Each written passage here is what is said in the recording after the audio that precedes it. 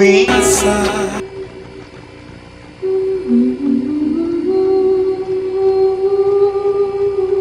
We side.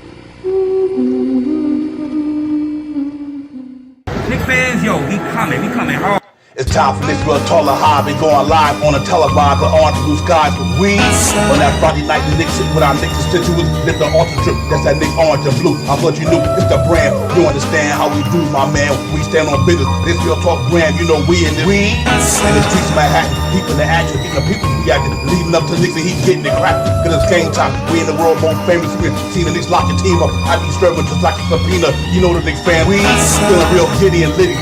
New York City gritty committee to beat the city by 50. We're about to get me a nice site with a smart quarter on ice for a few bucks in the quarter to pay the order with my smart device. We got them getting it popping in the Apple Watch. Let the home, let the partner stopping on their Apple Watch. It's Knicks Real Talk. The team streaming on YouTube.com. We got two dudes doing good moves spot on, dropping the bomb from the cop. Got a spot to dropping some of the hottest Knicks content that's up in your head. Enough said, you know, upstairs leaving the guard after they done got their bag. Looks like a cab to fly back to the triad, no jet lag. Knicks Real Talk right here. I'm representing with my peoples right here. We side.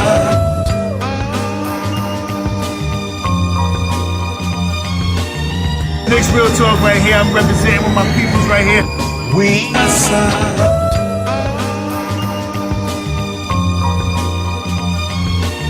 Knicks Real Talk right here. I'm representing with my peoples right here. We side.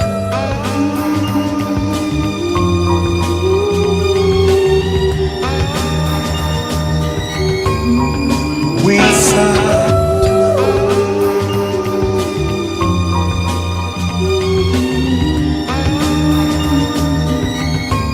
We side. Yo, salute everybody. What's good, man? What's going on? Knicks Real Talk, Summer Talk. We in the building for the night, man, to talk a little Knicks basketball, man. Just to keep the fan base in tune with us. We know we've been a long summer so far, good summer so far. Hope everybody doing well, man. We in the building, Divine, Shaw Powers. We in here, let's get it. My partner, what's going on with you, my man? Salute to you, Divine, as always. To the family in the chat, what's going on, man? Good to see y'all up in there. You know what I mean? Good to see y'all up in there. You know, when you get up in there, put them thumbs up, hit them likes, tell a friend to tell a friend, and all that good stuff. We're gonna talk about some trade talk tonight. Let's get it.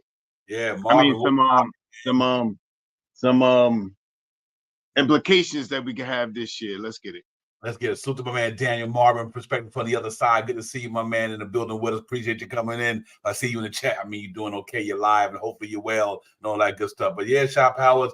Darren, what's good, my man? Salute to you as well. Salute to my man Darren, one of our members, man, always representing, holding us down. Salute to you. So what's going on, man? How your summer going so far, my brother? Everything, Chris, man. Weather's starting to break.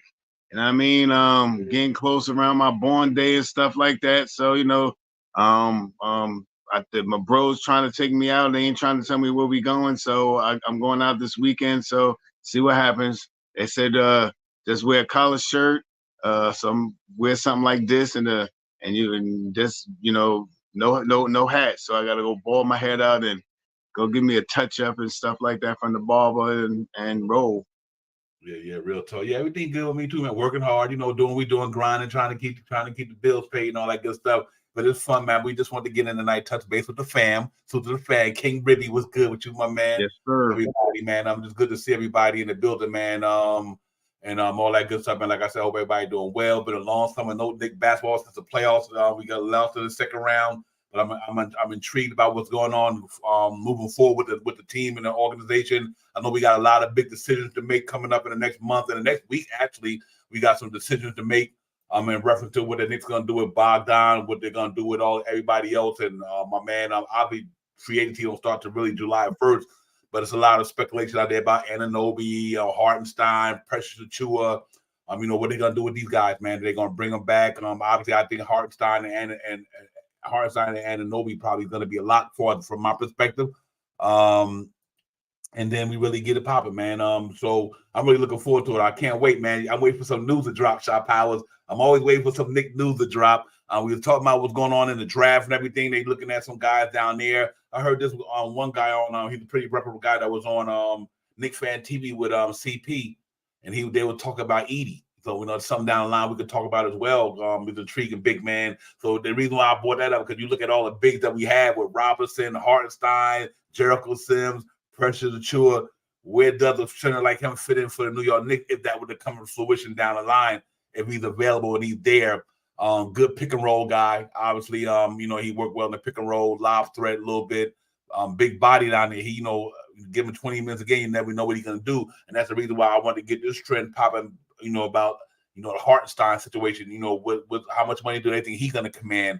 Are we gonna still retain Mitchell Robinson? What are we gonna do with Jericho Sims? Are we gonna give Precious Chua some money? You know what I mean? So, and from that center position, it also can dictate how the Knicks move in the draft. You know what I mean? Depending on how many big men we got coming into, that we're gonna retain on the roster.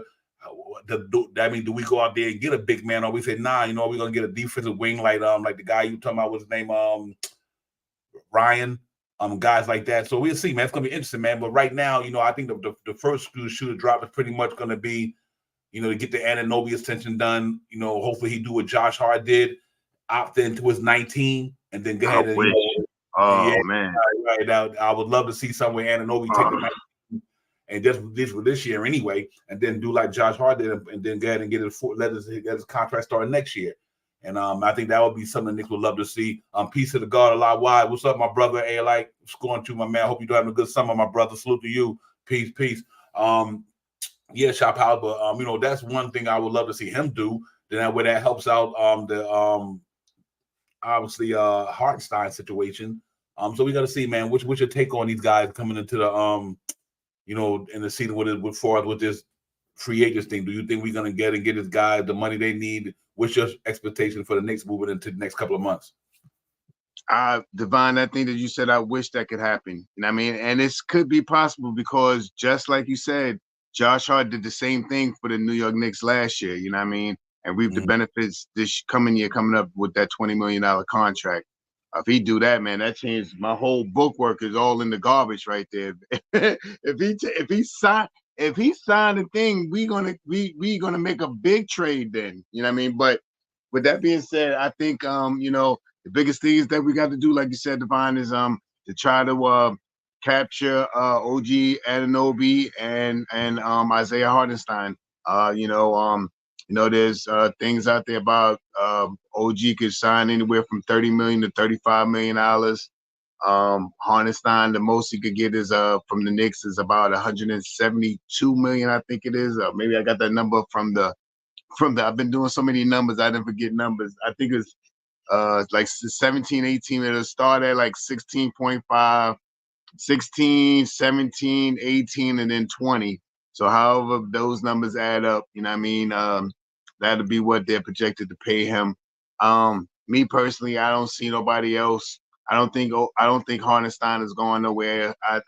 It got to be something that blows his mind. 25 million, you know what I mean, or better.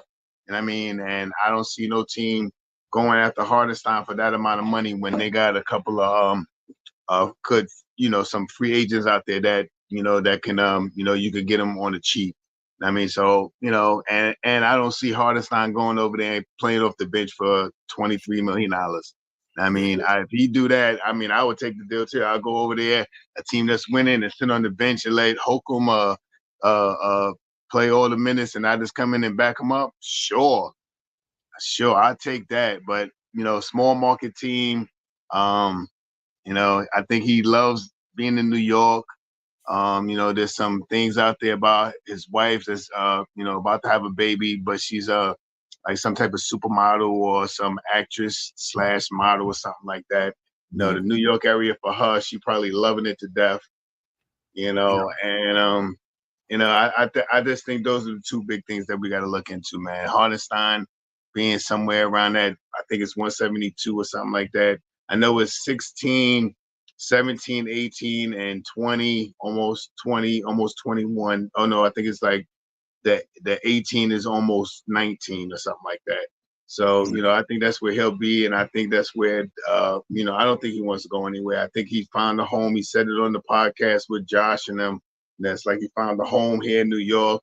And he's the type of guy that will take a pay cut. He almost did that in the last team that he was in oh man, I forgot the damn name of the team, but his last team before he came to the Knicks. Clippers.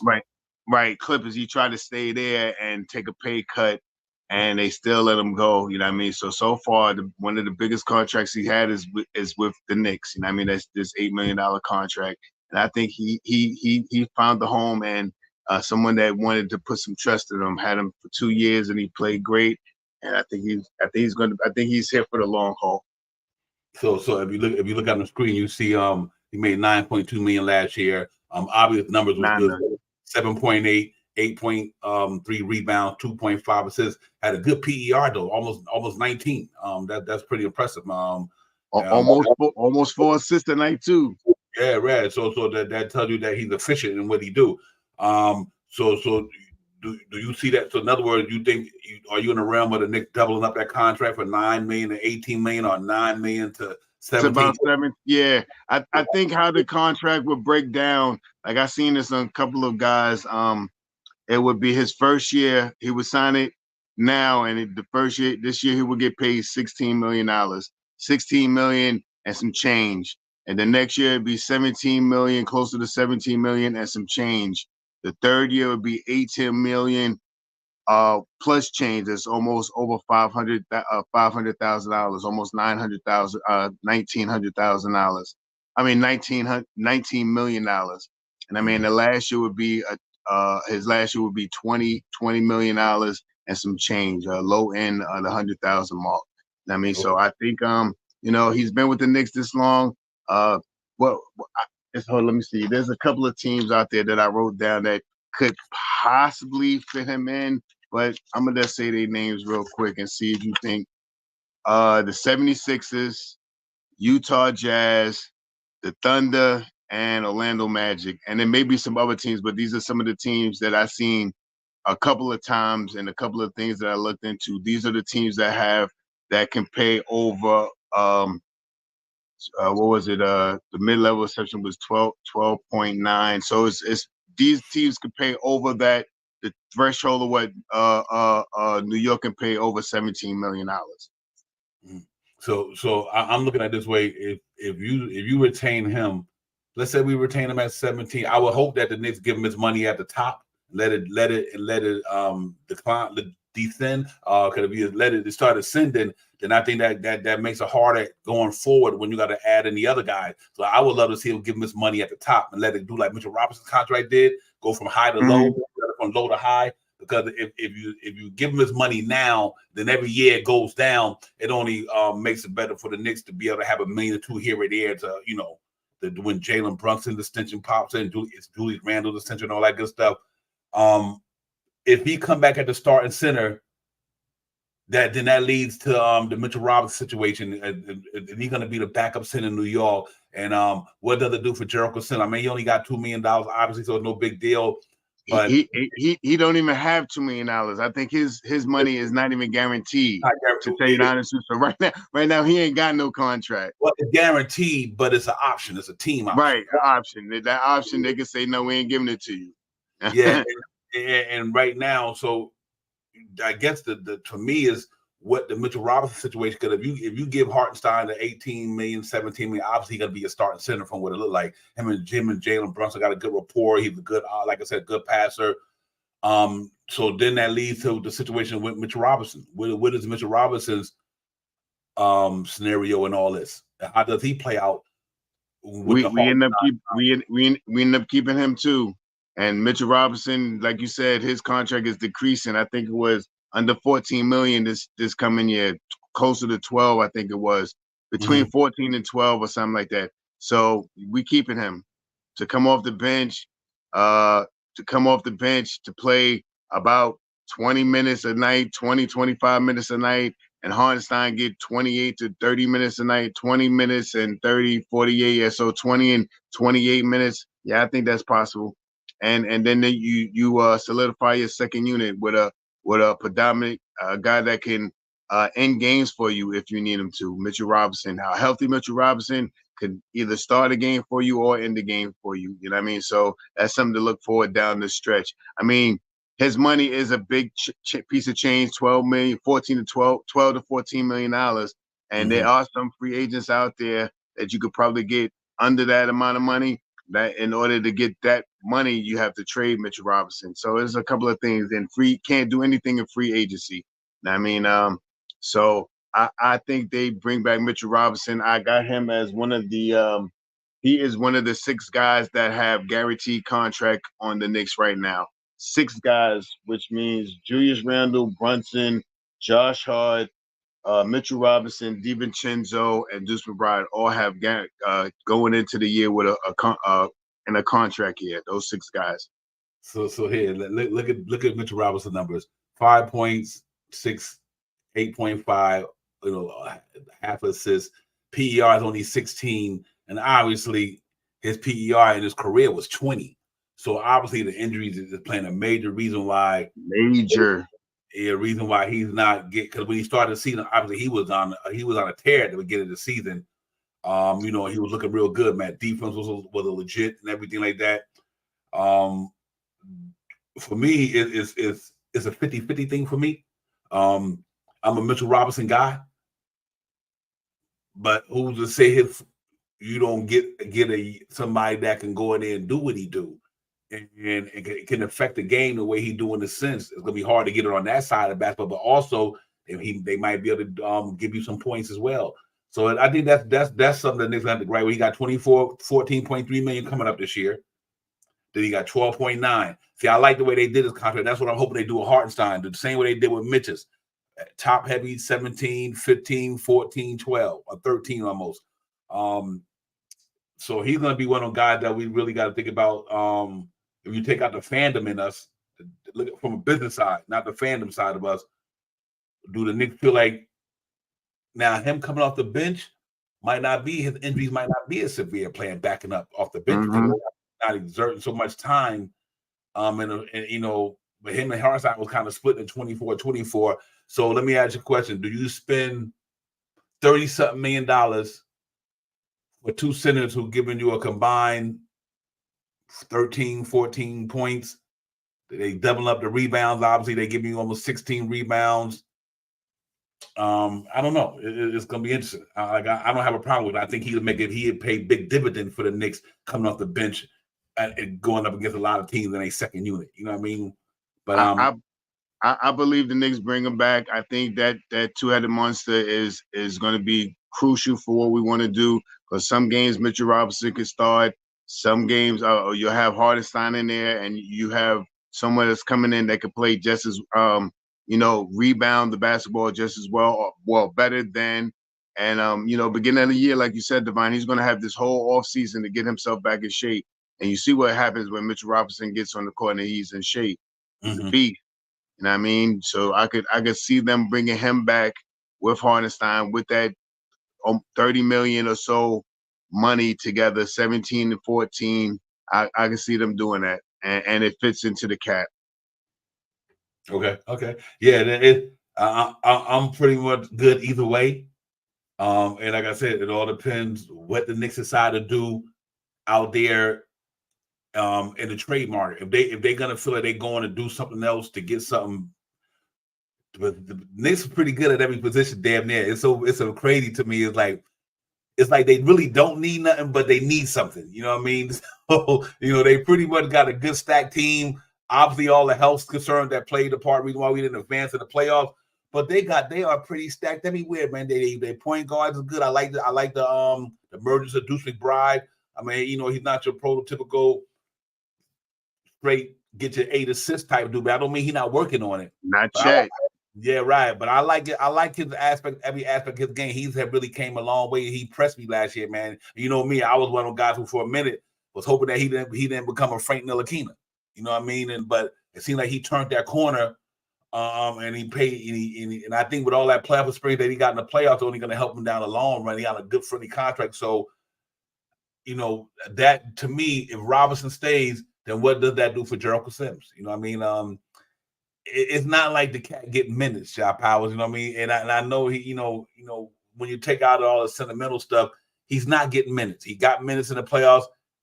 The lights was too big for Jericho Sims in the playoffs. He really didn't do nothing, when he got the opportunity. And granted, you can't really do too much when you're not getting a lot of time. But he he still seems like he haven't got to another level yet. For me, he's been here 3 years. Where have you seen him improve enough to say, I know he only making $2 million, but if somebody go down, he'll come in and back up? But do you think that they could say they could find somebody like that? I mean, I think Jericho this year is expendable. You know what I mean? That $2 million, I think that $2 million is a team option. I think they're gonna I don't think it all depends on how they situate this cap, because in one scenario that I got on my book that you can fit him in. Then one scenario, if you get this this guy that you talked about earlier, there's a couple of guys, Jarrell, or not Jarrell, salute to Jarrell though. What's his name? Kyle.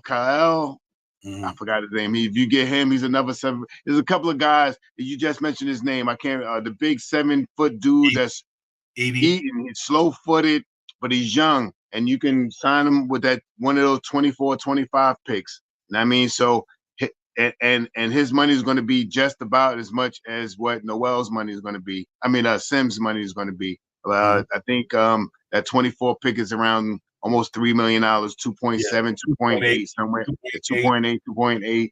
And so, it's kind of almost similar to what Sims' money is. So if we're deciding to pick up this guy as a rookie, then Sims, I think, is this will probably might be the last time we see Sims. But there's still a way that Sims can still stay on the team. Yep, real talk. Yeah, thank you, Ron. Thank you, Ron. Yeah. I like Edie's game. He's a throwback. He's a throwback, but he's good at the pick and roll. I'll tell you that much. He got a body for the pick and roll. He got knowing we got a guy like Brunson and all of them who can kind of get down in that lane. That could be a nightmare for a lot of people.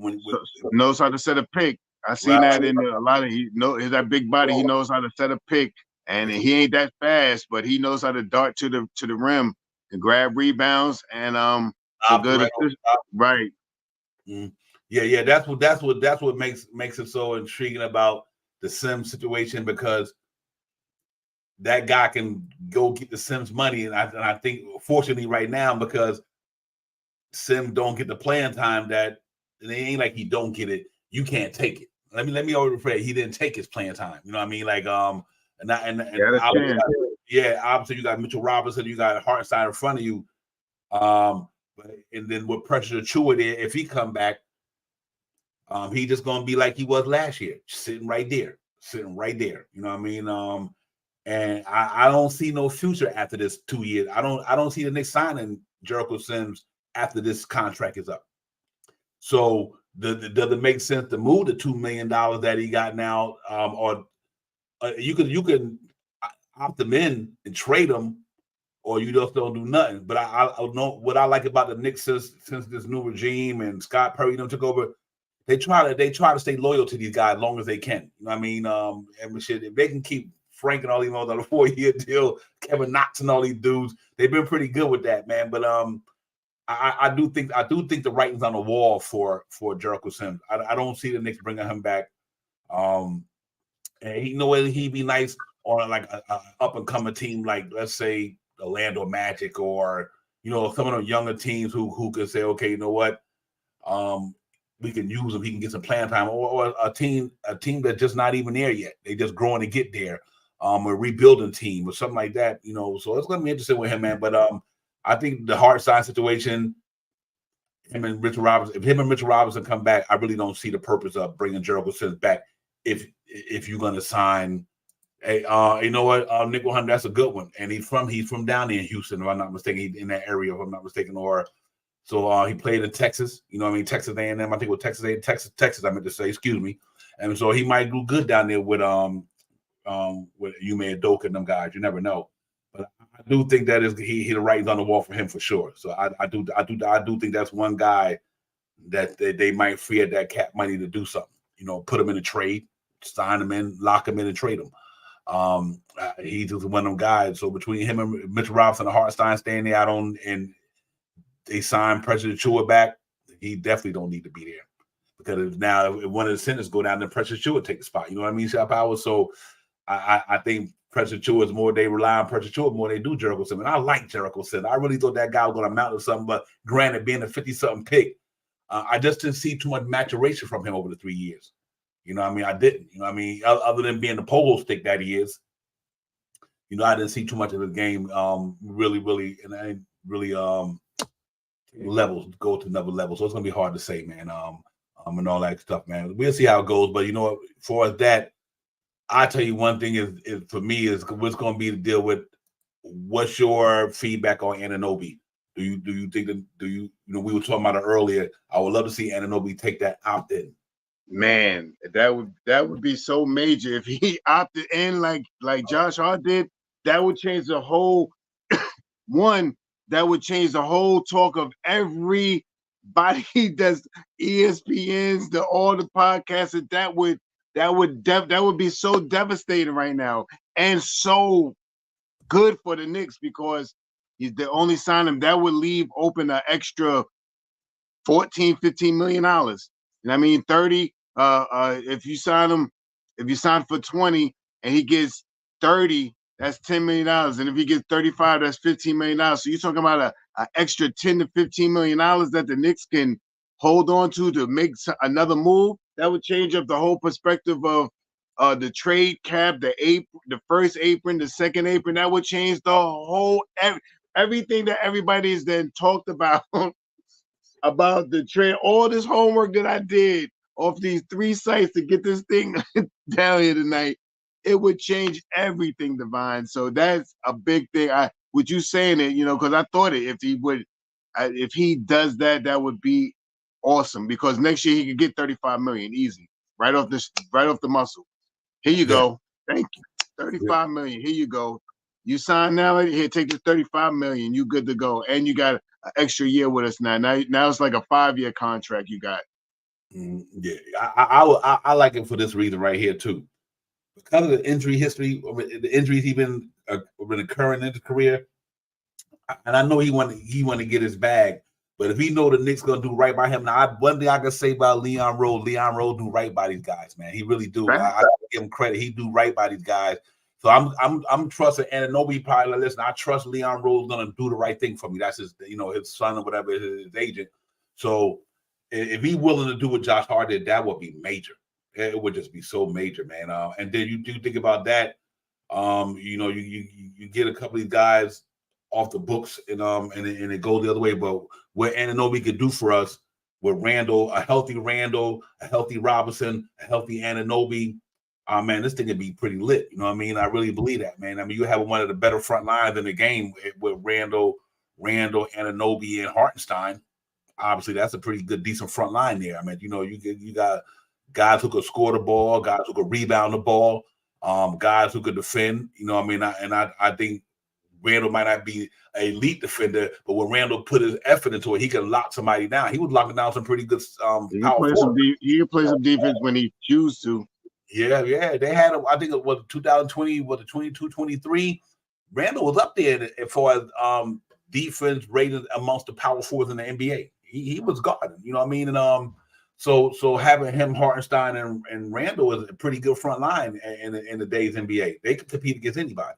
It's just a matter of can Anunoby also stay on the floor. You know, obviously he had the elbow inflammation this year, then he got the hamstring injury when we was in the playoffs. But can you imagine if them two cats would have still been in the playoffs? I mean, when they got injured, it might not be. You never know who would have been up there, whether Boston. You know what I mean? So Anunoby is really a big part of what we're trying to do next year, and I'm hoping the Knicks get either way it go. He coming back. I think he will be back. He is no doubt back. And, because you didn't trade the RJ Barrett and all these guys to let him go. I just don't make no sense. You know what I mean? But I'm looking forward to him coming back. Finally getting a full year with New York. You know, he came in halfway through the season and did well for it. And it's hard to come from another team in the middle of the season to get in where you fit in. But because he's a b-ball player, you know, he's an athlete. He got athleticism on top of it, and he got a certain skill set. It wasn't too bad. So I'm looking for this cat to have a real good offseason, heal him, Jalen Brunson, and Randall, all them guys, heal him real well, have a summer to get your body right, and come back here and go to work in about another 2 or 3 months. So I do think I'm almost confident he might do that. I normally don't think God would do that, but because of his situation with the Knicks, I think he will take the opt-in. He can opt in. If he know that Leon Rose them going to take care of him on the for sure, he's like, I can sacrifice one more year for $19 million because I know next year that shit going to go up another percent. And they can put because the way I see him getting the money, this $35 million and all that stuff is going to be incentive wise. I think I'm hoping that with the numbers that I put down here, I put him at 30, then I put him at 30 and then 35. You know what I mean? Because I think that's where his numbers are going to be. I didn't do no numbers in between, but at 30, even if he came in at 30, would be beautiful. You know what I mean? Because that saved us an extra $5 more million. You know what I mean? You know what I mean? So, but if he come in at 20, 19, 20, man, and you hit him with when you give him 30 with the option to him to make 35. You know what I mean? With the incentives, you make the all-star. I mean, you make a defensive team this year. You play more than 65 games this year. You stay above 36% shooting 3-pointers this year. You know, all these things that they could put on it for him to get to the money. And bonuses, and then another thing you got to watch out for the bonuses too, because sometimes I think sometimes bonuses hit your books, but I'm not exactly sure because I know Julius Randle has some type of bonus that he gets, and DiVincenzo has some type of bonus that he gets, like almost $1 million. DiVincenzo $750 to $1 million somewhere around there, and Julius Randle, if he makes this. All these incentives that he gets more money. So we got to watch out for those numbers too, because I think those go to the books as well. Okay. Yeah. For me, it's simple. I love what he brings to the table. He definitely feel the need in this league when right now, it seems like the league to me, at least from my perspective, look like they converting back to the wing and big position. Remember how the 3-point shot, the point guard started taking over the lead. Obviously, you still got Steph Curry, Jalen Brunson, and Dame, and all these guys.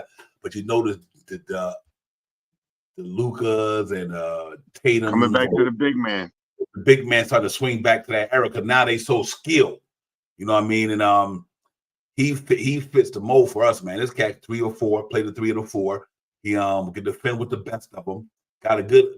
His offense game is. I didn't see a lot of Anunoby over his career, but he did show me a lot of things that impressed me when he came. When he came to New York this year, the way he gets in the paint shop, how with all that physicality, he could put the ball on the floor and he go down there and he could do the thing. And listen, I'm not saying I'm just using the example. He do the thing the way he put the ball on the floor and get down in that lane with that force. We haven't had nobody like that in a long time. You know what I mean? And that was Randall when Randall kind of first got in here when he was literally bull in the China shop Randall, when he put his head down like he was a running back. And I noticed that about Anunoby in this year when he came to Knicks. Like, man, this cat really physical. He's physical, and he don't play when he get around the rim. So he's definitely a good asset to have, and the Knicks better get him for somebody else get him. Yeah, there you go, Nick 100. There you go, right there, Xavier McDaniels. Yeah, nice segue. Yeah, nice comparison. I don't think Xavier shot the 3-point as well as he did, but that hard-nosed driving to the basket and with Yambooing on you, yeah, most definitely. Get gritty, play good defense. That style, yes. Yeah, he fits the mold. So I do think, and if he don't take the opt-in and he go ahead and get signed, then we talking about a whole different scenario, because what does that do for us overall? And I put it like this here, Shop Out. I'll put up there and I'll show you what I mean by that is, ladies and gentlemen, if y'all look at where we at right now, obviously, look at the numbers. Julius Randle, 28, 29 million, basically 29 million. Brunson, 25 million. So right there, if you give Anunoby that money for next season, 35, now you at 90 million or 85, let me see, that's 50, yeah, about almost 90 million for them three. Now you got to see the deal with the Bogdan situation, because right now these three got to be eating up all your cap with Josh Hart, because Josh Hart money is 18 million base salary. They're gonna be eating up a lot of that. 1, 2, 3. That 19 goes to 35 with Josh Hart, Robinson. You know, you're gonna have some money out there. With the salary, with the players on salary right now, it's $102 million. If you add Hardenstein at 17 and you add Anunoby roughly at 30 million, I think it was 35 million I added to. The cap with those 8 players would be $154 million. And I mean, we would be under the cap by about $24 million. Right. And so, and that's adding Hartenstein and not adding Hartenstein. That's Hartenstein. Hartenstein 17 and OG 35. That's with Julius Randle, Jalen Brunson, Josh Hart, Mitchell Robinson, DiVincenzo, and Deuce McBride. And that's not including Sims. And that's not including Bogdan's money either. Man, they owe that. I think they'd be able to apron shop hours. Look, right, no, the apron is 178. The first apron is 170. The first apron is 178. Okay, so let's do this here. 29 for Randall, 25 for Brunson. That's 54. If you add, let's say you add Josh Hart's 18 million, that's 72. Then you add Mitchell Robinson's 14 million, that's 86. You add DiVincenzo's 11 million, that's 87. Deuce McBride 101. Yeah, 102. We'll be like about 10. The way I did, it's like 102.5. Okay, with just those 6 players. So are you so that 6 players is 10, okay, 106. Now you add Hardenstein and OG Anunoby, one getting 17 million and one getting 35 million. It would take it up to 154. 155. The cap is 178, and we would have 8. We're talking about 8. We're talking about 8 players right there. 8 players, we would be at 150, 154, 155. Okay. So as of right now, you see the top of the screen. It says total cap allocation 206, cap space minus 65 million. I meant to say. The first apron 27 million, the other one 27 million, and 37 at the next. So right now, that is we minus right now. We minus 65 million in cap. So in other words, is that the numbers that you're looking at right there? Does that have Bogdan in there with his 20 million? Yes, they got 19. Yeah, take that out. Take his 20 million out. Take Sims money out. You got, and any of those bottom guys, the reception guys, what's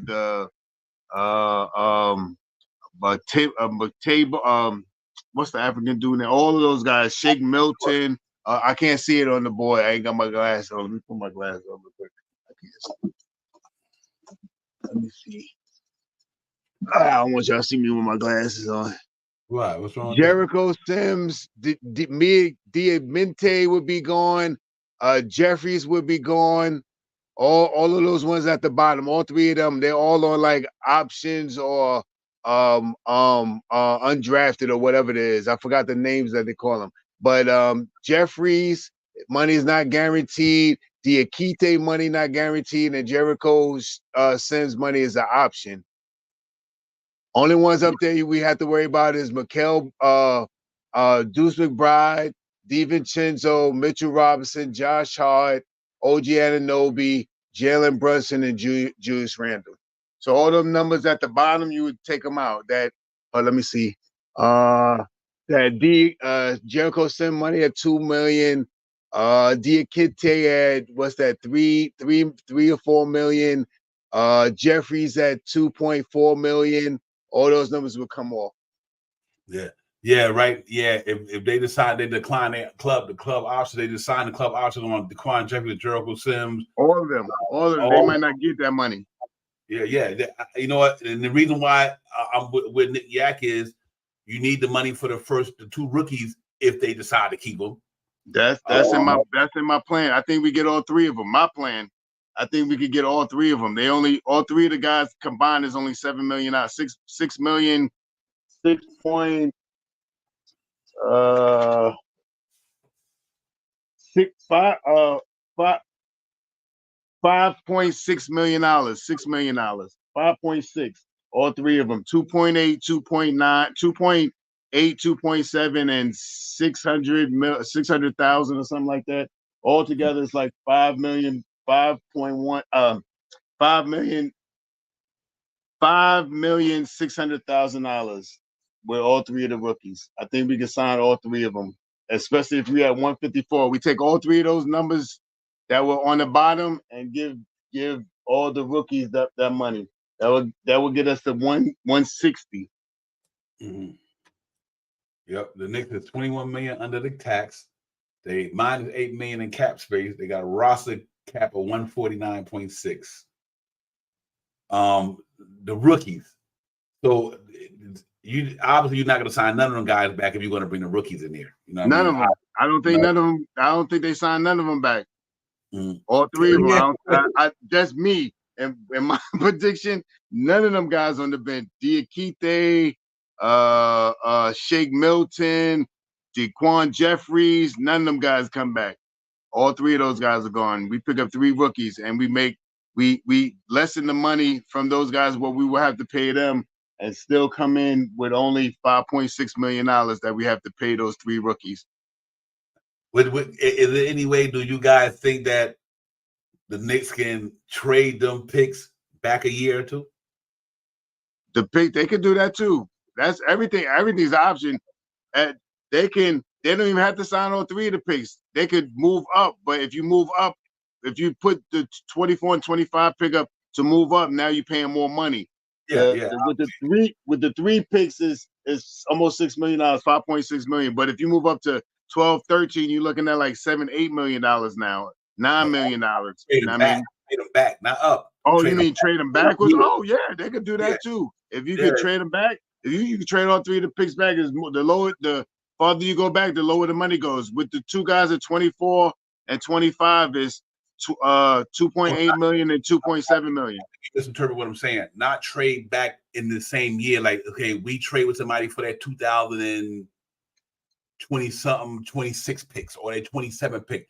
Instead of drafting these guys, I'm just asking a question. I'm not saying do this. I'm just saying, what does it make sense for the Knicks to say, well, my 2024 and 2024 picks, I'm going to move them back, trade them with somebody for their 2025 or whatever the case may be.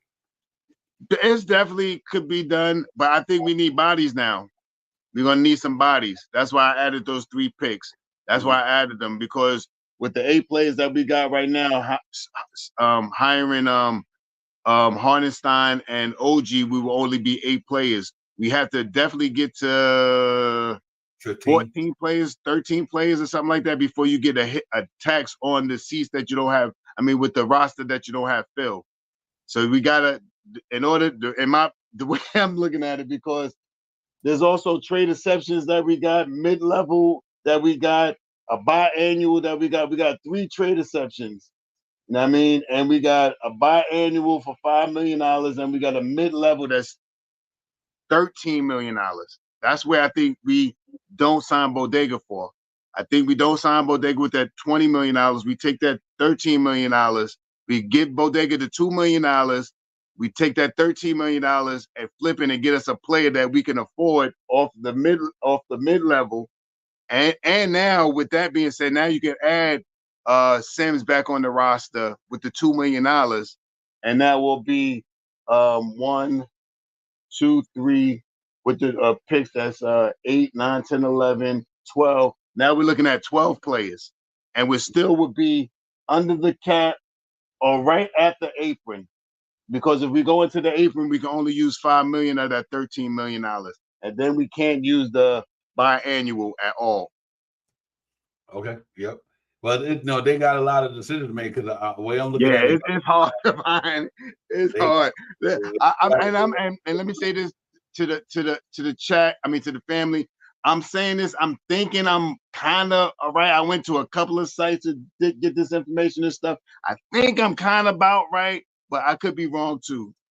Because I still can't figure out, or none of the sites told me if the trade exceptions that we got for 7 million, 5 million, and 4 million do they hit the cap?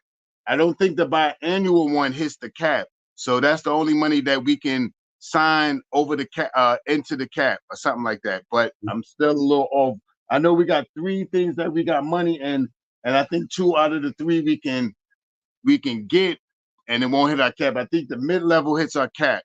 That 13 million hit our cap, but the trade exceptions and the biannual, I don't think hit our cap. Okay. Look at the bottom of this right here, where I got the you got the non-taxpayer mid-level expired in 2023. The biannual expired in 2023. The OB Thompson trade with Indiana, 7 million. That expires July of this year. Mm-hmm. And we got a 5 million RJ. 4 or 5 million from Malik the David Malachi. Thank you. From Malachi. One of them is a 4 or 5 million, and I don't know where the other 4 or 5 million. One, I know the 7 million is OB's. RJ expired the December 30th this year. $5 million. Okay, 5 million. Okay. So, and then you have Malachi Flynn's trade with Detroit. 4 million. That's February 2025. Right, that's 4 million. That's when it expired. So we have to use I'm being a learner on this, a novice, I'm learning on this one. Do that mean that we have to use that before it expires? Like the OB trade with Indiana, do we have to use that before it expires in 2024? If anybody can answer that. I believe this year we can use them. We can use all 3 because that's how we make the 15-man roster, so we don't get the penalty for not having enough people on the roster. With the 8 players that I was talked about, the Randall, Brunson, Josh Hart, Mitchell Robinson, DiVincenzo, Deuce McBride, Isaiah Hardenstein, and OG Anunoby is 8 players. We signed those 3 rookies to that $6 million deal. That makes us 11. Then we could get Sims back. That makes us 12. And then we use the 3 trade exceptions to pick up players this year. So we lose all those 3 players that's on the Keitays and all them. We lose all of them, and we just miss hitting the first apron at 178,400,000, and the first apron is $178,700,000. And my prediction, the way I did it, we'll lose. We can use the mid-level trade at 13 million, but I think that hits our books. You know, instead of picking up Bodega, we can use the 13 million and the trade exception for 5 million to pick up 2 more players. And I'm not sure if we could also, if I didn't do the math, but we could probably pick up another 4 million or $5 million on that trade exemption, whichever one that comes up. But I believe the one that comes up first is Obi's, the 7 million. I think that one comes up soon. I think that's the biggest amount of money for $7 million. Yeah, that's right after the free agency on July 1st. Right. $7 million. I think that's the Obi one. That's the one that comes the quickest. The 4 or 5 million is, like you said, 24, 25, 26 or something like that. A year. So, you know what I mean? But I think we could use all 3 of those, or the mid-level and one of the trade exceptions, or the biannual and the mid-level, and save those trade exceptions, or however they want to work it, because I want to still try to get Precious Achiuwa in there. And I'm trying to figure out which one doesn't hit the cap, because that's the one that I'm giving Precious. The only ones we can't use the biannual expired in last year, and non-taxpayer one expired on the 23rd of 2023, November the 30th. We don't have I think we have a biannual this year. Okay, well, we according to Sports Track, I don't see nothing there. Is it one in there for 5 million? You see something in there for 5 million? I think the biannual was $5 million. We have a biannual and we got a mid-level, I think, and 3 trade exceptions. It's not showing it, Shaw Powers, at least on here. It's showing the non-taxpayer mid-level. That, and unless it's a different one, is that one expired for $12 million, 11/30/2023. And that might be a different one. I don't know. No, that was the year because we 23, 24. That one was 23. Okay. We're looking for I think we definitely got a mid-level that's at 13, but it'll drop down to 5 if we go into the first apron. Gotcha.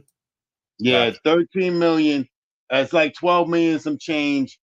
So as I put 13 million, so I didn't want to get messed up. But if we go into the first, we get the whole 13 million if we stay under the first apron. But if we go into the first apron, we only can get $5 million off of that. I think it's 5 point something million off of that. Okay. Because right now, the deadline date for Anunoby is going to be in about another 2 weeks.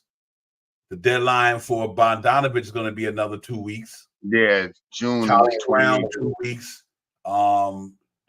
Daquan Jeffries, Jericho Sim. That's like a couple of days before obviously. I don't think none of them are getting it.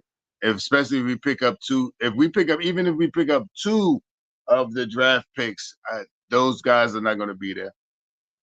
Yep, and then it's them guys is really much in 2025. They look like they ain't gonna be around. So you know what? It's gonna be interesting to see what happens in the next. That's why I said the next couple of weeks gonna be interesting because you got to make that choice. You got to pick up that player option with Anunoby. Pick it up, or it go. If you don't pick it up, then he's a free agent. He don't become a free agent until he decline that option. If he decline the option, then he ain't a free agent yet. But after the 24th of this month, he either decline it or he get it accepted and then get pick up. We sign him next year. You talking about OG, right?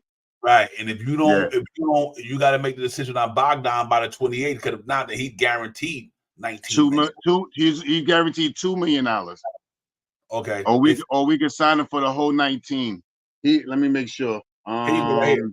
Put up right here. It says Bogdan is $2 million or $19 million for the whole thing, right? I think it's $2 million. Right, guaranteed is 19. 2 million. I mean, 2 million is guaranteed.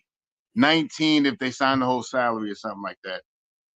Well, right here it says the date before either by the 28th of this month, he is guaranteed $19 million. That's what it said. He is guaranteed. That go right there on the screen. See the second one? It says 6/28/2024. Bogdan Bogdanovic guaranteed.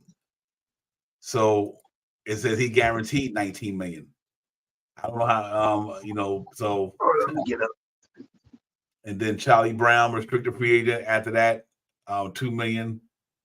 I would like to pay I would like to do the same thing, Nick Yak. I was wondering, that's why I was wondering about how we gonna do that, because Precious Achiuwa, Anunoby, Hartenstein, and somebody else I'm thinking about.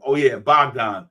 Them the 4 guys that they got. Precious Achiuwa got a qualifying offer after the 29th for $5-6 million, I guess. So wow, they got some wheeling and dealing to do, ladies and gentlemen. They really do, and we just got to see how it all pan out. But I know they make the right decision no matter what. Can't give iHeart 4 years, $72 million, or 8 and 8. You know what, Coach? That's what the tough thing for me too, man. We about to invest almost 30-something million between Hartenstein and Mitchell Robinson. Can he do more? Probably. I'm hopefully, he can give us more. It's been time where the man put up there 12 and 12, but it's gonna be interesting with that, man. I really do with the Hartenstein situation that we talked about it earlier when we opened the show. He was one of our main topics. Is you gonna lock up $30 million on 2 guys who like literally just giving you a combined not even 20 points? that's hard to fathom. I understand where you're coming from with that, coach, because I got to wrestle with that too. But obviously, all the other tangibles got to play in as well. They rebounding, they defense, all that stuff. You definitely got to take into consideration. Yeah, between the two guys, you're looking at Mitchell Robinson scoring 8 points and their average 8 points, and Mitchell Robinson scoring 6 to 8 points. So you're looking at 14 to 16 points from them, pretty much. But also you have to take into consideration their rebounding. You know what I mean? Mitchell Robinson didn't play a whole season last year, and he still averaged 8 rebounds a game. You know what I mean? I played majority of the season and averaged 9.9 rebounds a game.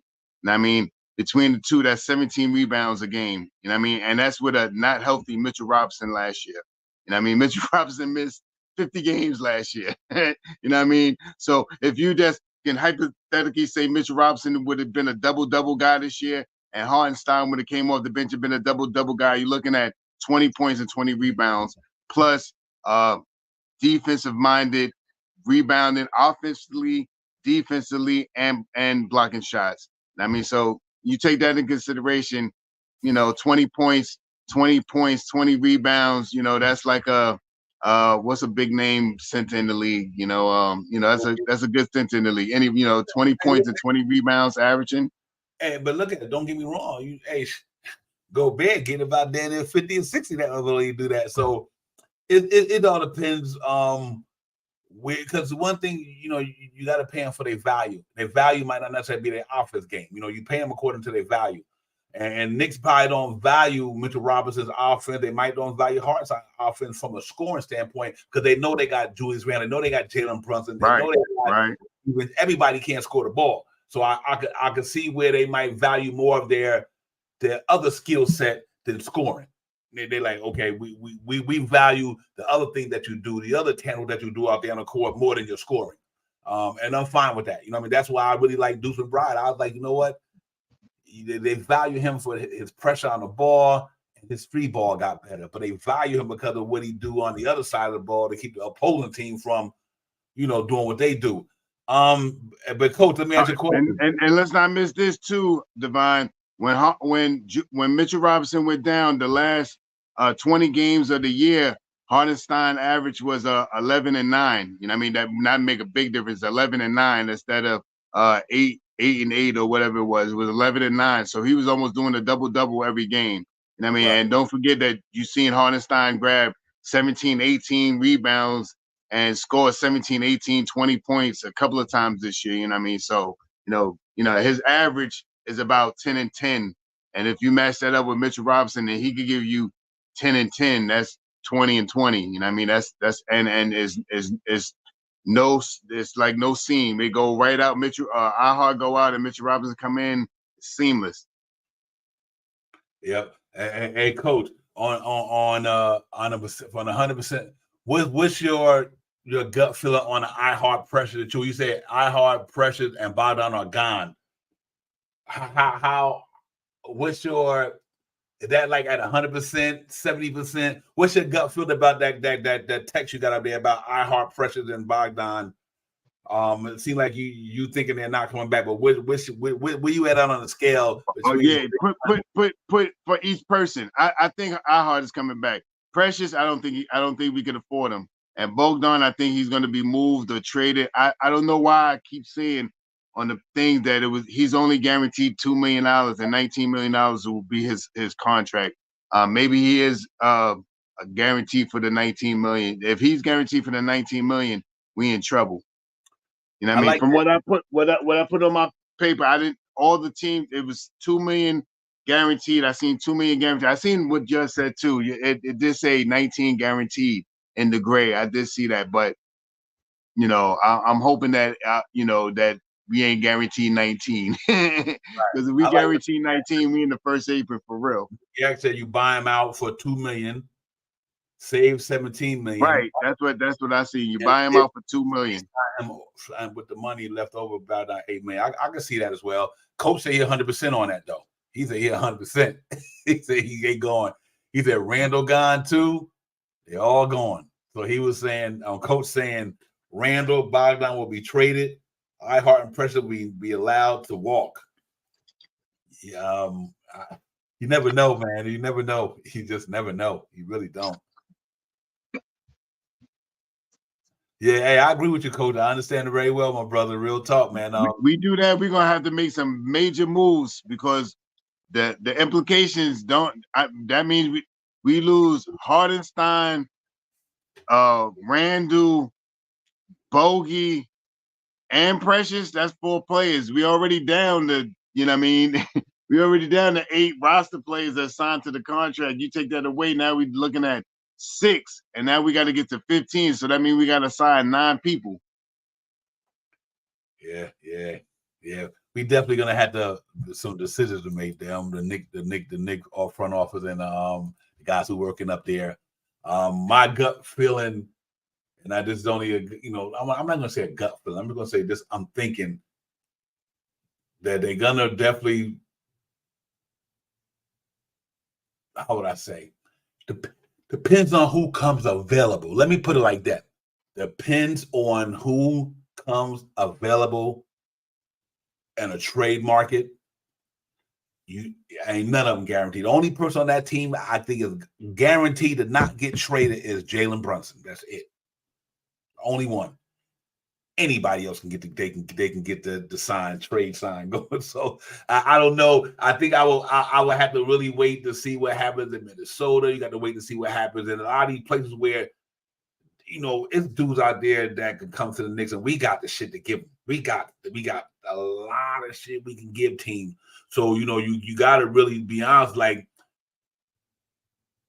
it's Hartenstein and Mitchell Robinson and Randall, and them cats can get moved for a dude that might be better than them. Especially if they become available. I mean, right now I don't hear. Only person I hear out there to me is 2 people I hear. That's I'm gonna say, depending on what happened with the mess in Minnesota with the owners, and them cats are then about to approach the 2nd apron. Glenn Taylor, him and Alex Rodriguez, and all the guys, they going through all the shit they going through in Minnesota. Some people leaning one way, somebody else leaning the other way. Does Ant Edwards say, well, being that I got Rudy Gobert, do I need Cat there? Or do I need another type of player? What's happening with Mike Conley at 30-something years old? So it could be a lot of scenarios. I mean, what happens in Phoenix? What happens a lot of places? So, I don't know what it would be, but I do believe that, you might have to, it might be something down the pipeline, ladies and gentlemen, whereas all these guys we talking about, and I can understand where Coach coming from. I really do. Salute my man, Big Time USA was good, my man. Salute, my brother. But salute to everybody else in the chat, man. If I haven't said salute to y'all, man, I hope y'all having a good summer and everything. I forgot to mention that while we just talk about everything else. But salute to everybody, man. I hope y'all having a good summer and everything. But you never know what's gonna go down in this thing, man. Because I was talking to Shaw Powell the other night on the phone, and I said Randall Denton making $60 million in the next couple of years. So in 2 years, you got to pay Randall $60 million, and then if you extend them on his next extension, so in the next 5-6 years, you're gonna be giving Randall about $270 million. Damn near. So Julius is taking the discount, man. Y'all if y'all from New York, you already see Julius is at the Yankees game. He was at the Rangers game not too long ago. He's in Staten Island. He's in freaking ringing the bell at the exchange, ringing the bell and stuff. He is New York bound. Would you say you want to give me $38 million? Okay, I'm down. You want to give me $38 million in my first sign for the next year, something like that? All right. 38, 39, 42, 44 at my 4th year. All right, I take that. Just like Jalen Brunson. Jalen Brunson projected, they talking about taking a break. He getting $156 million. That sounds like 35, 37, 39, 40. OG get 30 million. Oh, I wish OG would take that 20 million and next year get the whole 35. But when everybody else get the money, because that's when it's really going to be crucial. And I mean, when everybody start getting the money, when Randall get his money, when Brunson get his money, and then if OG gets, that's next year we'll have to worry about it. But If he take that 20 million this year, that makes everything easy for the Knicks to get. They could bring back anybody they want. Yep. You know what's interesting to me, and Coach, why you on that? Because I was reading something. You know how they say one of the executives in the NBA, really think the Knicks front office is high on Carl Anthony Towns. They do. They are. Because not saying this one of the executives on NBA Central. I guess I was reading blah blah blah. You know, these guys always make their shit anonymous. I'm like, well, tell us who the motherfucker is. You know what I mean? So, but anyway, it's a lot of stuff you got to take in mind. It all depends what's available. It all depends on are we willing to. So I think if you extend Randall, if he stay here, that means you got Randall pretty much going to be a Knick for the rest of his life. Maybe not the rest of his life. I think he ends his career here. I don't think he's going away with the way he's back now. Huh? How old is Randall? He'll be 30 this year. So at 30 this year, 31 next year, when his contract end out, then you're going to give him another 4 or 5 years, or he'll be at 35, 36. And he won't be making no $29, $30 million. Now he's going to definitely be in the 40s by then. By his end of his contract, he's going to be probably 40s, mid 40s, somewhere mid 43, somewhere around there. I think like I said, I think he's going to do 38, 39, 42. Then his last contract with the Knicks will be around $44 million. I think he's going to give us I don't want to say he's going to give us a sweetheart deal because he's well worth what I think this is exactly what I think, Divine. Because I told you the other day, I was just talking to myself, right? I think Leon Rose is going to call the guys in the room that he got to pay this money to and be like, listen, everybody got to take a bite for the team because this new cap shit. Excuse me, Divine. This new cap thing that we got right here is going to put us into a bind if we go into this first apron, this second apron. You know what I mean? Listen, we want you guys. We want to make you guys want to be here. You know what I mean? We want to give you these incentives to make you get the money that you want, but we need you to stay right here at this price. I think Leon has already talked to them. That's why the chat is already out there about Brunson taking a pay cut, $154 million. Next thing you're gonna hear, Randall's gonna take a pay cut and get $160 million over the next 4 years. You know what I mean? OG's gonna be right around 147. You know what I mean? 145 or whatever that number he was at. I think all of them gonna stay around that number, man. So the betterment of the team can be better. Now, can any one of those guys, are they worth getting $44 million in these Tatum numbers and $50 million and all stuff? Yeah, they are. I ain't gonna front. If I don't want them to do it, I don't think they will because of these new tax restrictions and these new luxury aprons and all this stuff, this new thing that's coming out this year. I think they're gonna talk to the guys and try to get them where we can still make moves, even if we hit the first apron, as long as we don't hit the second apron, because the second apron takes away everything. Your first round picks go to the bottom. The trade's got to be a one-on-one trade. You know what I mean? So like you were saying about Cat wouldn't be a bad thing to bring in here if we go into the cap. I mean, especially if we go into the second apron, because his money is $50 million. So if you're looking at a player like a Joel Embiid or a Jokic, a Joker, or any of those guys that's $50 million, you can trade him if that team is willing to trade for him. I mean, trade with you. You know what I mean? So that bringing Cat over here, if you're thinking long term, maybe next year, but Cat got to come over here and have a bomb year. And in order to get Cat, we got to give up Julius Randle. The trade for for Cat would be Julius Randle and Bodon, and probably 3 first-round picks. I'm not doing that. Okay, let me ask you a question. That's a good point. Here's where I'm at with this is important, ladies and gentlemen, and think about what I'm saying is, if I'm going to give up a certain amount of money, like 45 or something, I don't want no one side of the ball player. That's just me. I don't want no person, the only thing they can do is score the ball and we giving them $40 million. I do not want that, because what happens when that particular player runs up on somebody who can play defense like Anunoby? We giving your ass $40 million, but you get shut down on that side of the ball, but you getting your ass busted on that side of the ball. Am I paying somebody $45, $50 million if they can't play both sides of the ball? I'm not even doing it because I just think that I'm not doing that. Yeah, because that money is scary. Well, but don't get me wrong. Cat gets you a couple of block shots a game, but Cat also can do things. He can make your team interchangeable. Like you can literally throw him at the 5. You know what I mean? Put another player at the 4. So like, put like this here. Hartenstein ain't no motherfucking Cat. I'll tell you that right now. You know what I mean? Him and Mitchell Robinson together ain't Cat. I know people don't like Cat because they got that shit about himself. Cat is one of the best big men in the game. He makes the All-Star game. I'm not advocating for him, but I'm saying though, Cat with a Jalen Brunson is better than Jalen Brunson with a Hartenstein because Cat can do something none of them dudes can do. Literally, this motherfucker can play. And think about in a situation where Rudy Gobert. You know what I mean? And imagine Rudy Gobert wasn't there. He was a stretch 5. And because he could go to the 5. So even when they take Rudy Gobert out the game, they put Cat to the 5 spot. What Cat would do, what Julius Randle do for us, he would open up the lanes. Because now he's a Porzingis type joker. You know what I mean? There you go, Coach. I like that, man. He's a Porzingis type joker. Look at Cat numbers. Like, here you go, right? Cat average 26, 12, and 4, 54, and 90 at the center spot.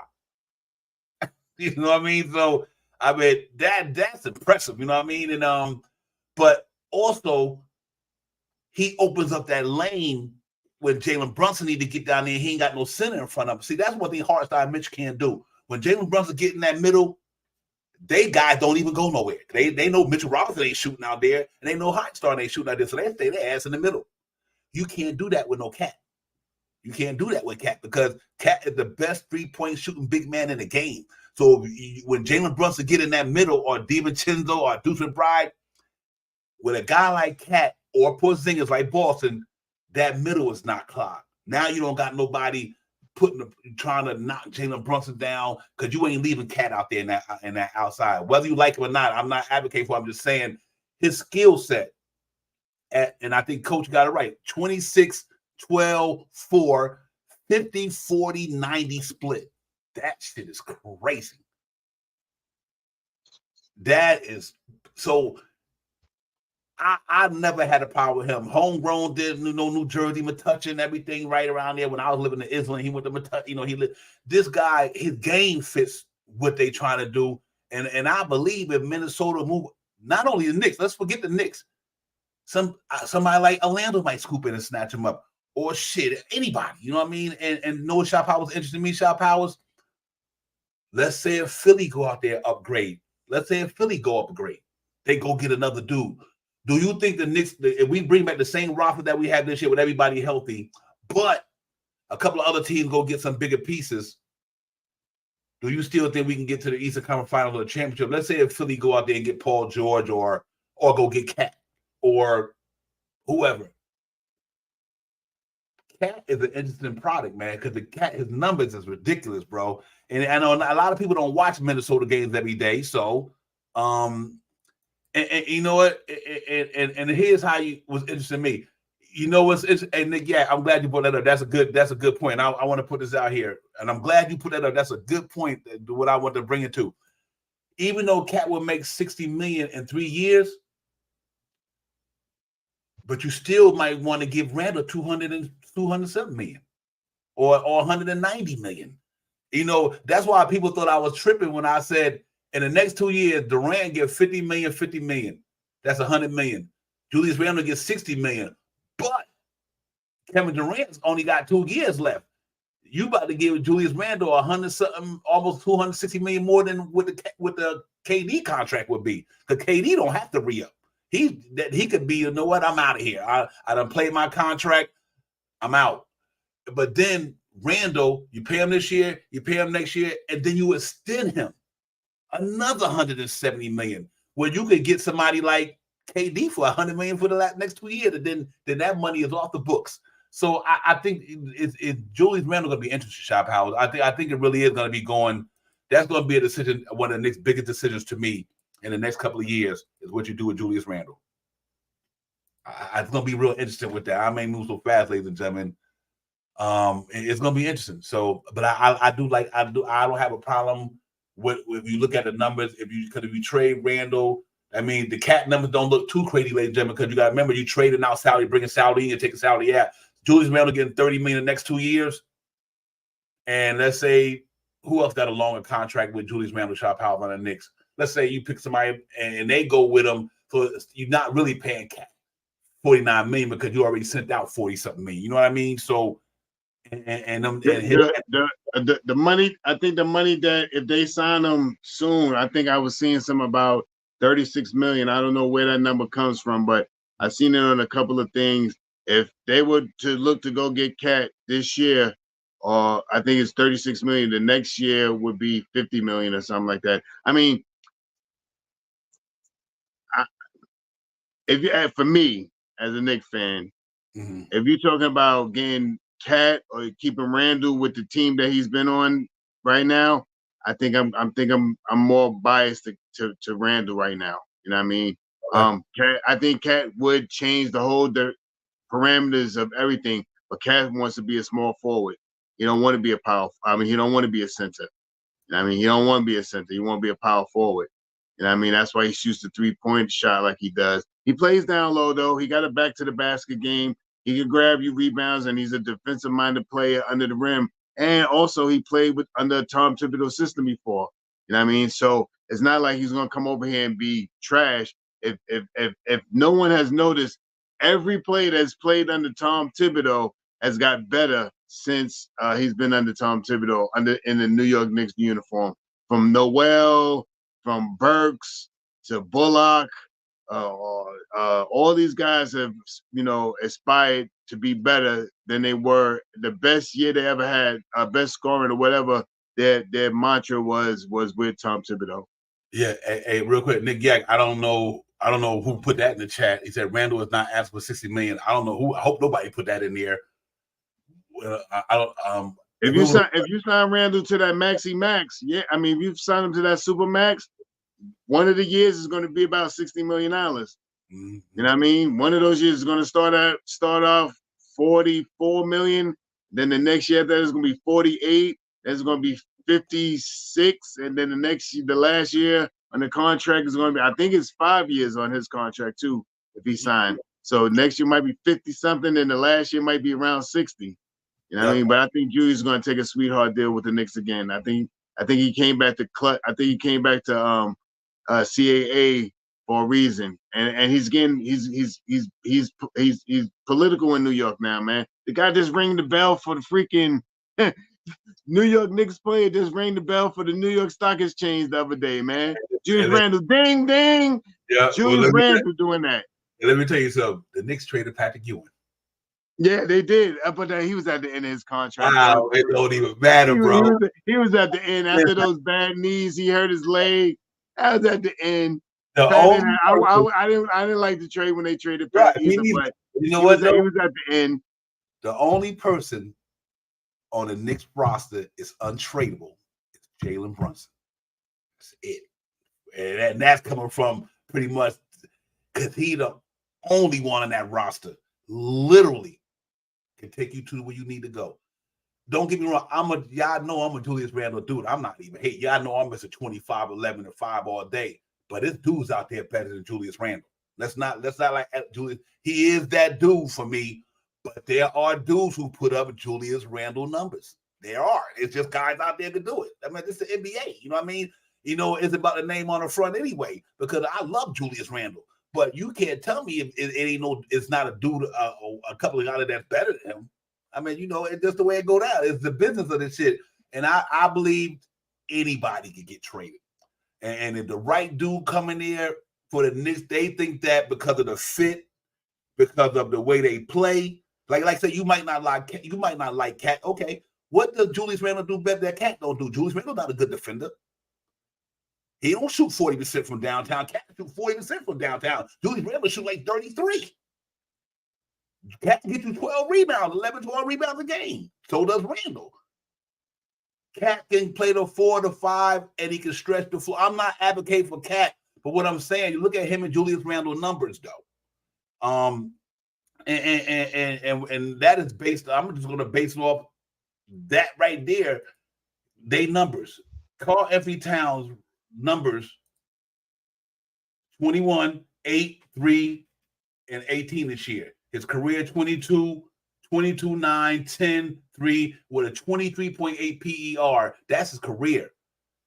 This year, now with the emergence of Anthony Edwards, and Cat was hurt the last couple of years too. He missed 52 games, I think, because of an injury. So then, and if you look at Randall's numbers right quick, just a quick comparison, and then we're going to get out of here because I know we got to do things. Randall, 24, 9, 5 this year, 18.9 PER. But Randall's career PER is 18.1, 19 points a game in his career. So they numbers is not too far, but they 3-point numbers, he's a stretch dude. I'm not advocating for Julius Randle to leave, but I can understand if Leon Rose and them because of who they are. And what Cat mean to Cat play with Tibbs, right? In Minnesota. Cat father, the big Knicks fan. Cat coach is his CA, his representative, is Leon Rose and them. It's really about all this shit adding up to this family type shit. You got to remember, Leon Rose didn't sign Julius Randle. Leon Rose did not draft Mitchell Robinson. That was the old regime. They don't owe him anything. Not saying they would get rid of him, but remember that usually happens in a lot of sports. When a new regime come in, do you notice all the shot powers? RJ's not here. They didn't draft. Even though they drafted quickly and Obi, that's I think the Obi and that was more about Obi and Tibbs. Once they didn't offer IQ money last year, we knew he was gone. Yeah, if you didn't think he was gone, you knew he was gone.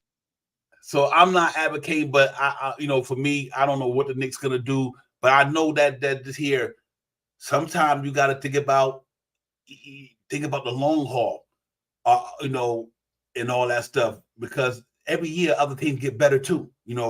What 2 years from now, with the up and coming Orlando Magic, with the up and coming these guys, everybody out there willing and dealing. Even if we stay packed, I think we can still get to the Eastern Conference Final, but it ain't gonna be easy because, like I said, I think Philadelphia got like Dennis $50 million in cap space.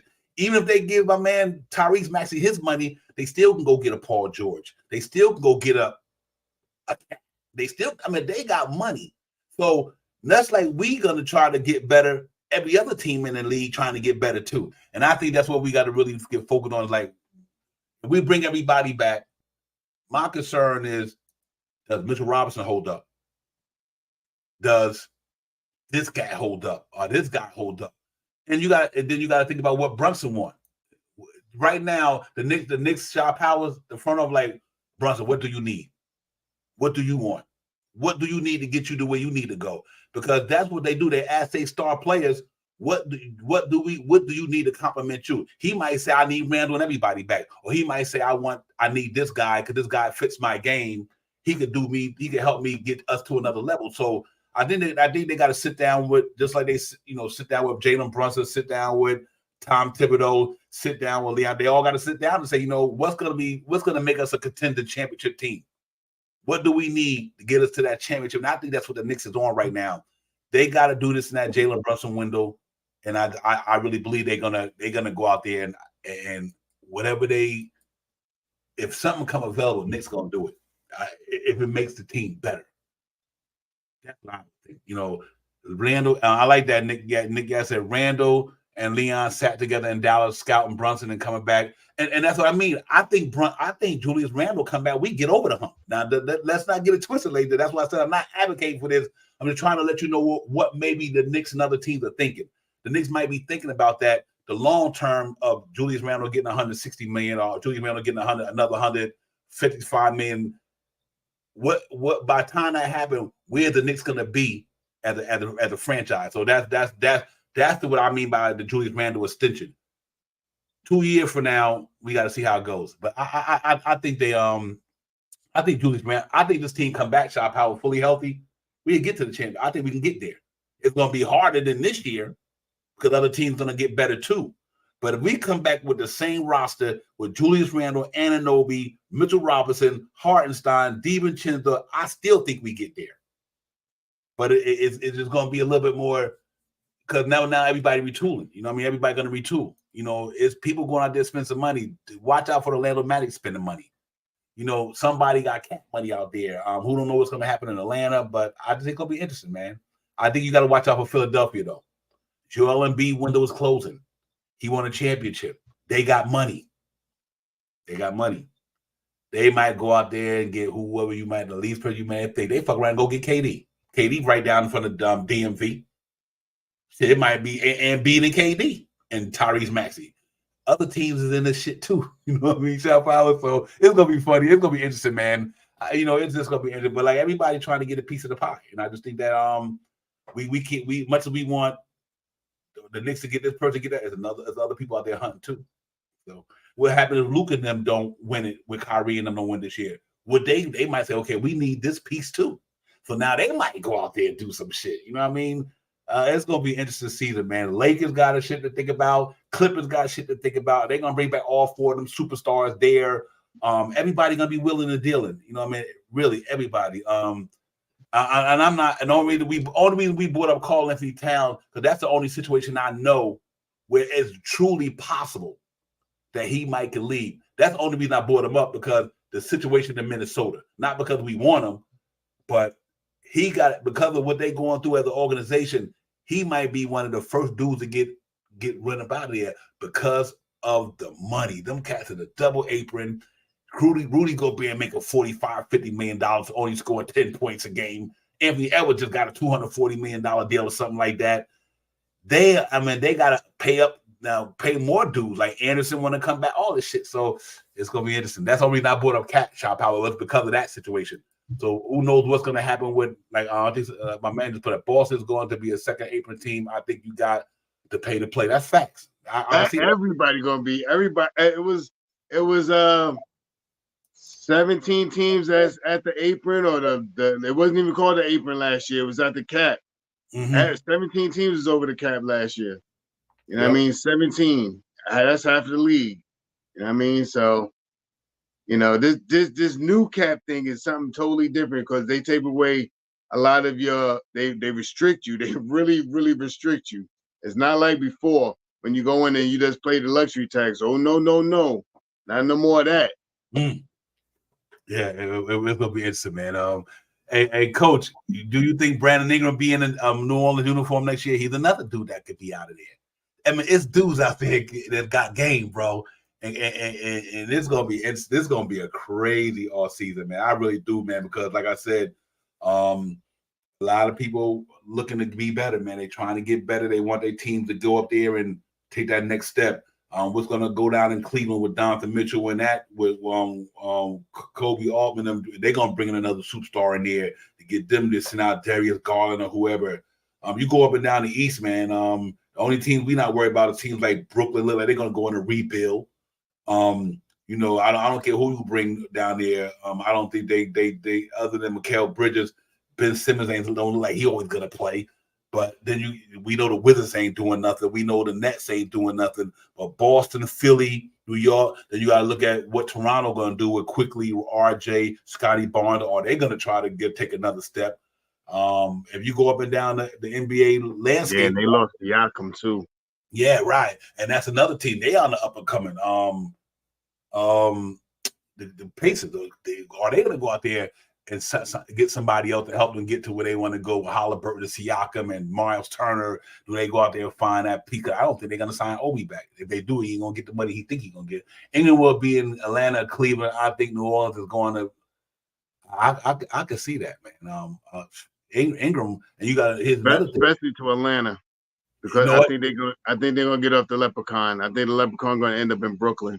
I'm gonna tell you a team might not sleep when it comes to Ingram. And I say this religiously because he from down here. Watch the Charlotte Hornets. Michael Jordan and them got a knack of getting them Carolina boys, and he bring a lot of them too. So if they sign Miles Bridges and you got LaMelo Ball, Miller, you go get a Brandon Ingram. That's a pretty decent team. You know what I mean? Young with Ingram, Miller, Bridges, LaMelo Ball. I mean, you just never know, man. So it's gonna be fun, man. We know, listen, man, it's good to chop it up. We just want to get in here tonight with you guys, man. And we ain't seen y'all in a while, and make sure y'all know we still out here. We represent, man. We just trying to work on getting things better and better. and looking for the season to come around. But my gut feeling so far, I think the Knicks make a move. I think they make a move. I just my gut feeling. My gut might not be where it need to be, but I think they might make a move. Chop out. I think the Knicks gonna, because I think you can never take the opportunity to get better. You always want to improve. You never want to stay the same. Sometimes when you know somebody else is getting better than you, getting better too. Like everybody trying to get to the promised land. If we think Randall, Anunoby, Jalen Brunson, Steven Chinzo, we think they're gonna get us to the promised land, then the Knicks stay where they at. But now you got to remember what you did this year gonna be different next year. Cause know why? Now people know what you do. They hunt you now. People know what. Now, when next time they play the Knicks this year, what their emphasis is gonna be on? Jalen Brunson. So not only is the teams they know what you do now, so they're gonna be scheming on your ass. You know what I mean? And they're gonna be looking to do, and just like we got to do, we got to scheme on other teams too. So it ain't gonna be a cakewalk next year. We might have had a good road this year, but that don't mean it's gonna be easy next year. The next season rather, because teams gonna be adjusted. Like when we play the Knicks, let's cut the head of the snake off. Let's make these other dudes beat us. So Randall got to be on that. Randall got to be that guy, that 1A guy, 1B guy. That if they key on Jalen Brunson, Julius Randall got to make sure that he the one do the damn thing, because that's what they're gonna do. I can already see it coming. The walk we had this year ain't gonna be the same next year. It's gonna be harder because everybody else gonna be gearing up for you. We are being the hunted now. We used to be the hunters. Now motherfuckers hunting us. You know what I mean? Now teams is after us. Or when we play the Knicks, we got to bust that because they got a good squad out there. It's gonna be fun. It's gonna be interesting. I'm geek for it. But I can't wait till July 1st get here. Wait till get the free agency out the way, get the draft out the way, get the free agency out the way. Then you got between then and the season to make the trades and everything like that. Gut feeling, them Knicks make a move. That's my gut feeling. Who they get, I don't know. It might be a middle move. It may be a small move, Shop Howard. It could be a small move. But I don't think this that mid-level exception. Right. Shit. We might be thinking they keeping that, but they bring back Alec Burks. Yeah. We don't know, man. But it's fun, man. No matter what, ladies and gentlemen, we just gotta hope our team go. Because that belief. Listen, this was that year for us, Shop Hours, and sometimes opportunities don't always come around the second time. If we weren't for the injuries, we was there. That's a fact. Yeah. So we'll see, man. But college your boy, man. Give me some words, man, and we get up out of here. So you can get ready, get on your grind. I gotta get on my grind too, man. We just want to get it up. I'm just gonna say this: the 8 players that I believe that we're gonna have to start this year off is Julius Randle, Jalen Brunson, Josh Hart, Mitchell Robinson, DiVincenzo, Deuce McBride, OG Anunoby, and Hart. After those 8 players, I have no idea what the Knicks are gonna do. I think they're gonna side Hart, and I think they're gonna side OG. And at the price, I only got a guesstimation of $17 million for Hart and 30 to 35 for OG. And I mean, that's what I'm sticking with. That's all this homework, all this book over here I got like 4 or 5 pages of this stuff that I was doing. But with that being said, salute to you, Divine. As always, I'll talk to you. I ain't even know. I'll salute to the family in the chat. Thank you guys really for coming on tonight, especially when this is the off season, not knowing if we're gonna be on and stuff. So thank everybody that's in the chat. Hit them likes and subscribes, tell a friend to tell a friend. In another week or so, we're gonna come back on with some more stuff that then transpired through the next couple of weeks, so we can get on here. And we was on here for an hour and a half. We're gonna be on an hour and a half show again pretty soon. So let's look out for the notifications. Yeah, I like the Oubre thing real quick. All that stuff. I like Oubre too. That's a trade exception money right there. That's the next after we get on the background. When I call you during the week, that's the next thing. The next money that we use for trade exceptions and the free agents, because there's a couple of guys out there that's out there. If Hardenstein go, if even if any event that OG goes, which I don't think he is, but there's some things that the Knicks can do to make exceptions to bring some guys in here to strengthen the team.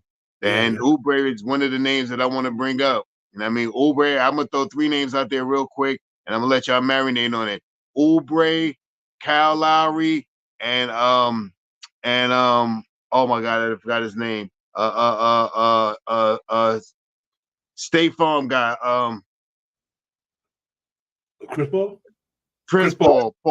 Chris Okay. Paul. Those are three names I'm gonna put out there. Let that marinate till next time we talk. Chris Paul, Kyle Lowry, and Kelly Oubre. Salute to the family. I like all of them because they all play both sides of the ball.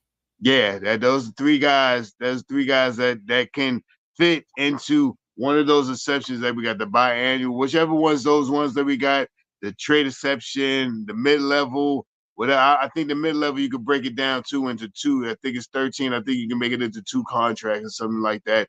But the biannual and those trade exceptions, you can't break them up or combine them. Let me ask you a question real quick before I load. Who won in the championship? Boston or Dallas? Boston up 2-0. They won on court. I haven't watched it either. I ain't watched the game since the Knicks lost. So, yes, I did. I did watch one game when the Pacers had a chance of winning and they blew it and they went into overtime and lost. I ain't watched the game since. Yeah, they up 2-0. They up 2-0 in that series. They found a way to put that clamps on Luka and Kyrie anyway. He said Boston and 5 foot. That's a good one. I think that defense they got, and that's without the Porzingis type shit playing going on. So, I think they win one in Dallas. That'd be 3-1. He said AP said route for Boston. Pacers will kill Chris Paul. Nick 100 be on that. He for real, we're real with that. Yeah, that's what's up, man. But listen, everybody, man. I know it's a slow night.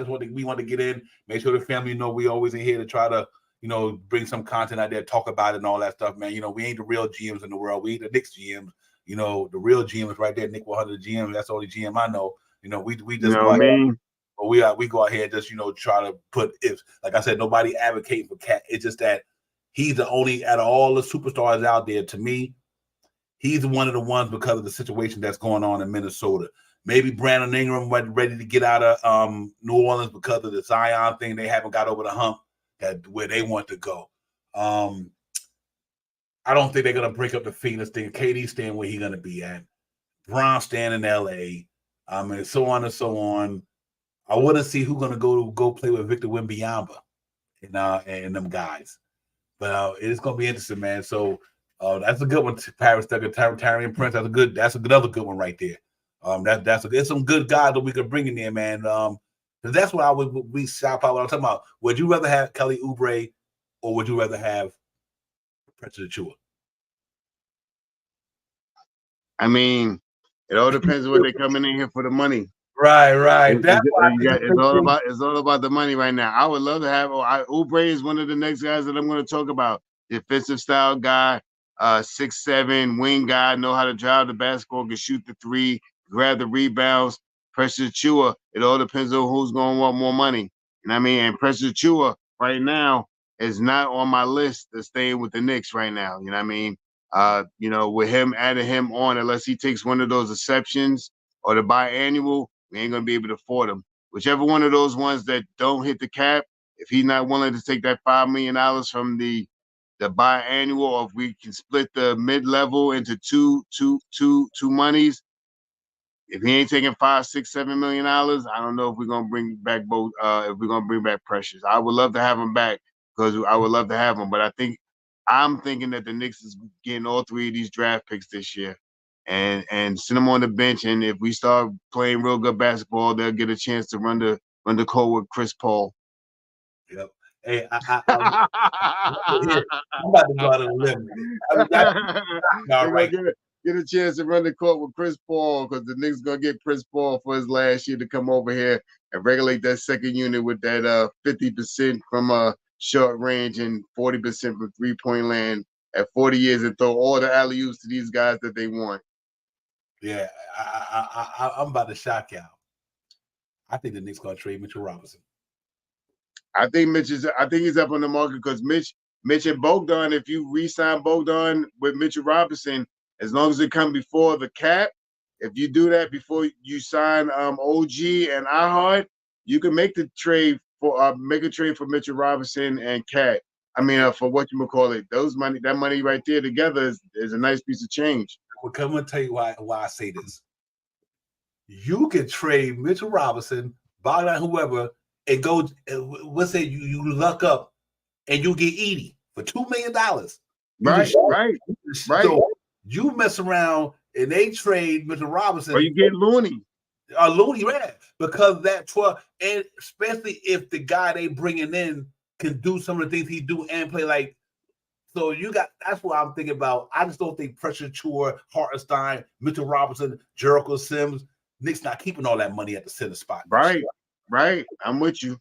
Yeah, so we got to see, man. It's going to be interesting, ladies and gentlemen. But I do think that if they find a good young piece in the draft that's a little bit more polished, I think if Edie dropped down that far, Knicks traded Mitchell Robinson. If Edie dropped down that far and the Knicks can get him for $2 million and he's just a big ass body in the middle, rap shop powers, it's over. Look, we'll see, man. But listen, I'm sorry y'all guys came in a little late, man. We about to get out of here. Parrot, salute to you, man. My man Fabian, what's good, my brother? Salute. But listen, we're gonna come on next week, and I'm gonna take the whole week, ladies and gentlemen. I'm just gonna break down everything in the draft. We'll have a draft show, look at the young player that's in the draft and all that good stuff. And by then you probably hear some noise about the Knicks. So, like I said, we normally this time of year we split the same shit every week because we ain't got no to what else is out there. You know what I mean? But we come in here just to have a conversation with you guys, to get engaged with you guys, to make sure we miss you guys, man. Miss you guys. We want to make sure that y'all out there, you're having a good summer, and we talk a little Knick talk. Ain't nothing guaranteed. Only people know what's going to happen in the Knick front office is the Knick front office. Thanks. Everything we talk about is all speculation. Speculation. We just speculate, throwing shit out there, even stick on the wall. The only people know what's going on and all this stuff we talk about is the people in that front office, and they don't leak nothing. So what we try to do is just maybe this can happen, maybe that can happen, possible this, possible that, possible this, possible that. That's all it really is, man. But no matter what, I think we're gonna be okay in New York. I think New York gonna have a great season this year. I think they're gonna put something together real nice, whether it be the healthy guys coming back, or we add a piece on a bench, or we go out there and make a trade. But something will happen. I don't think Knicks coming back in the season, a little bit different, I'm gonna say. A little bit different. That's where I'm at with that. But until then, all my great people in the chat, thank y'all for coming in, man. I know it's like a kind of get boring after a while, but we just want to come in here and talk to y'all guys, man. Because we are fiending for some Knicks basketball right now. If something got to come, summer league and something got to take place. Because I'm like, yo, something got to happen, man, for real. But it's been a got to give. Right. But listen, we out of here, man. We'll see y'all in the next episode. Y'all be good, man. Enjoy the rest of your summer, the rest of your week. Stay safe out there, man, and drink a lot of water, hydrate, and all that good shit, because it's about to get up in the 90s pretty soon, and it's going to be on and popping out there. But until then, my brother from another mother, my family in the chat, hit them buttons for your boys, man, and we'll see you cats next week, man. We definitely be here, and we'll come up with something great to talk about, man, and all that good stuff. About the trade picks. Yeah. Sound like you're playing guy. Give me some more homework to do. And he said trade them to who? New Orleans. I mean, AP. They'll send Mitch back to New Orleans. Because Valanciunas look like they don't know they're going to. His contract is over. I'm trying to tell y'all, man, they need to send Mitchell Robinson, Bogdan, 2 or 3 picks, bring Brandon Ingram to New York. Well, I don't give a fuck. Yeah, that's it. There's a couple of cheap big men out there too. Remember, Randall played in New Orleans now. So Brandon Ingram and Royal, you'll never know. But listen, it's all good, man. Shop how my brother. I talk to you, my man. Yeah, peace, ready. everybody, man. Y'all have a good one, man. We out of here, and y'all enjoy it, man. Peace.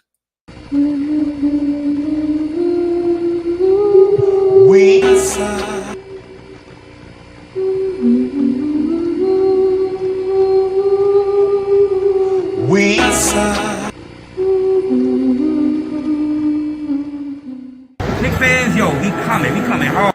It's time for this real taller hobby going live on a televised with orange blue skies with weed. On that Friday night, Knicks with our Knicks constituents, lift the ultra drip. That's that Knicks orange and blue. I thought you knew it's the brand. You understand how we do, my man. We stand on business. This real talk brand, you know we in the weed. And the streets of Manhattan, keeping the action, keeping the people reacting, leading up to Knicks and he getting it cracked. Cause it's game time. We in the world most famous. We see the Knicks lock your team up. I be serving just like a subpoena. You know the Knicks fan. We feeling real giddy and litty. New York City, gritty committee to beat the city by 50. I'm about to get me a nice cipher with a smart quarter on ice. For a few bucks in the quarter to pay the order with my smart device. We got them getting it popping in the Apple Watch. Rip the hole, let the partner stopping on their Apple Watch. And Knicks Real Talk, the team streaming on YouTube.com. We got two dudes doing good moves spot on, dropping the bomb. When the cops got a spot for dropping some of the hottest Nick content that's up in your head. Enough said, you know, upstairs leaving the guard after they done got their bag. Go like a cab and fly back to the triad, no jet lag. Knicks Real Talk right here. I'm representing with my peoples right here. We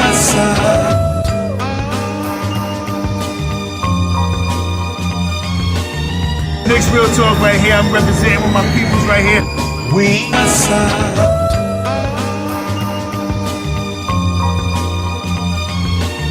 Knicks Real Talk right here. I'm representing with my peoples right here. We